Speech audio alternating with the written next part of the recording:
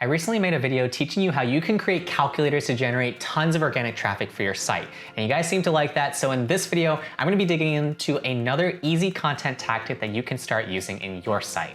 By the end of this video, we're gonna have seen a few examples of this tactic in practice, and then you're gonna have some clear steps that you can start to use to start applying them. Hey, I'm Will, and if you're new here, tell me what your name is in the comments below. I teach you something in sales, digital marketing, and entrepreneurship every single week to take you from zero to self-starter. Digging right in, the tactic for today is to create glossaries around the niche that you are writing about. The reason why this works is because every single person in the world has a ton of questions around whatever topic that you're writing about. And so what that means is that if you can create the most comprehensive glossary around your niche, then it will naturally attract both backlinks as well as traffic to your site.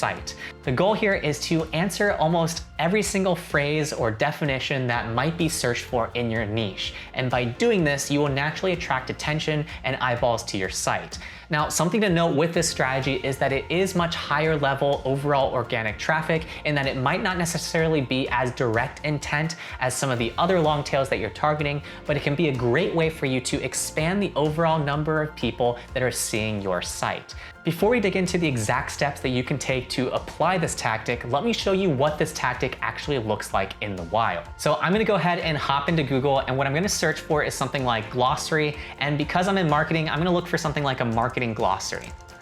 And from here, what this should output for me are some different sites that have probably used this exact tactic on their sites. So you can see right off the bat that some of the top ranking pages are things like MailChimp, as well as HubSpot, and a few other sites. And so if I go ahead and open up MailChimp's site here, you can see how they have a MailChimp marketing glossary. So they have answered commonly used marketing terms, and what they have are a ton of phrases from A to Z, and you can notice how they have a few pages for some of these exact phrases. So they have a page for audience segmentation or backlinks, for example.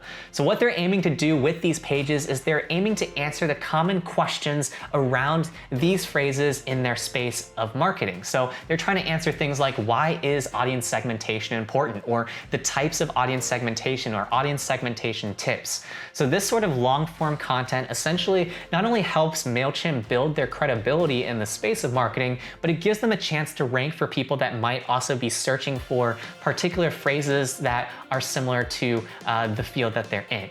So these are great pages in which what it seems like they're doing is they are gradually building out a one-for-one page match of everything in their glossary, as well as a dedicated page for that particular phrase. And you can see that this similar approach is probably taken here as well with HubSpot's post here. In this case, they have all these different definitions and things like that related to marketing. And you can also see how, as much as they can, they are interlinking to other posts on their site that cover this topic more in depth. So just from this example, what you can see is that people are finding a lot of success with this sort of strategy, in which what they're creating is a glossary of the phrases and common definitions that people might be looking for in their particular niche. All right, so now that you know the tactic, how do you actually apply it? Well, the first step is to just do your keyword research. If you don't know how to do keyword research, I have tons of videos on my channel teaching you how to do that. However, you might use a tool that I recently went over, Answer Socrates, to help you out in learning some of the phrases that might be commonly searched for in your space. The goal for you with step number one here is to identify 20 to 30 phrases that you know are long tails and low competition that you might actually rank for if you were to write meaningful content on that phrase. Another thing you might do is hop into Google and use a site operator in order to identify some common questions that people have related to the niche that you're in. So in this case, I might hop into Google, search site reddit.com, and then maybe there's a marketing subreddit, and then I'll search for just what. And from there, what you can see are some of the common questions that people are asking around marketing. So this might give you a starting place for some of your inquiries in terms of the specific terms you want to create content for.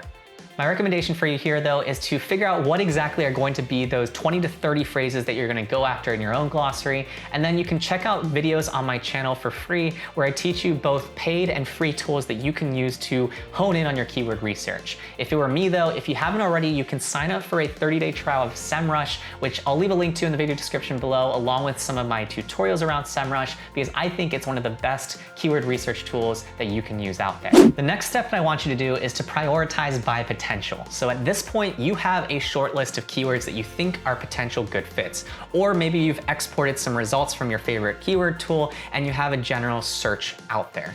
The goal for you here is to come up with some sort of criteria for you to identify which are the highest potential. So maybe for your space, it's going to be something like minimum 50 monthly volume and low competition score, or something in which you notice that there are Reddit or Quora pages around the question asking about what the definition of this is, but no actual competitor pages. Whatever the criteria are, essentially you need to filter down from your 20 to 30 results to figure out what the best 10 or 15 ideas are from your list. Once you've narrowed down the 10 to 15 ideas that you really want to pursue, it's all about coming up with your game plan for writing the content. So if you're going to do this yourself, you obviously should come up with some sort of schedule for your writing. However, if you're going to staff writers, you're going to want to also make sure that you have a clear system as to how you're going to do that with different writers and get them onboarded and performant. In the case where you don't know how to staff writers effectively and you want to learn how, tell me in the comments below and I'll make sure to prioritize that video soon. Overall, the goal here in step number 2 as you prioritize is to make sure that you are both being exhaustive in achieving that original goal of being the most comprehensive glossary out there, while also lining up your bets for what you think are going to give you the data points as quickly as possible as to whether or not this idea is going to work. Step number 3 is all about executing and validating. So at this point in time, you have your best ideas out there, you have your game plan as to how you're going to actually approach it and what your timeline is. From here, it's all about execution. So you want to actually release these posts. As you start to dig more deeply into things, here are a few things I want you to keep in mind. The first thing is longer content typically ranks better on Google. So try to make sure that each of these pages that you're creating for your glossary have at least 1,000 words of content. The other thing that you might find useful is as you work your way through your Google results, what I want you to look at is I want you to look at what are some of the people also asked phrases around the particular term that you're thinking about. So maybe, for example, if I search marketing budget, I'm going to search for marketing budget and expand out some of the people also ask. And what you can see are some of the common questions that people ask around marketing budgets, like what should be included in a marketing budget, what is marketing budget in a business plan, how much should a startup spend on marketing and things like that. And so you can always use Google to help you try to fulfill the intent of what it is that you are creating content on. So I would make sure that if I were to create a section in my marketing glossary around what a marketing budget is, that I would answer a few of these questions as well. The reason why you want to answer a few of the people also ask questions is that it makes it abundantly clear for Google what this page is about and helps them prioritize and read the page more easily to deliver the best search intent to the searcher.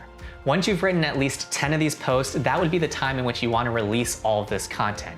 I recommend that you release it as soon as you can and then interlink everything as much as you can to show that it's a topic cluster around the glossary page. So in other words, you're going to have a glossary page and then you're going to have 10 links out to each of the individual definitions of the particular terms that you're answering. By creating this sort of hub and spoke in which there's a hub for the glossary and then 10 spokes for each of the phrases, you're going to give this an adequate shot to start to see some results in your search console. So from here, what you want to do is you want to wait a little bit and then hop into your Google Search Console. And then from there, what you're going to do is you're going to look for the pages that you've created and see how they might be doing in the eyes of Google. Your mileage may vary in terms of how quickly you're going to rank on different pages. However, in the case where your domain rank is pretty sound, you will start to notice results pretty quickly. And so what you want to look for is some initial signs of life in which maybe the overall positioning is going up, impressions are going up, and in that situation, you want to double down on this strategy. The second that you start to see some impressions and some traffic coming in for these pages that you've created,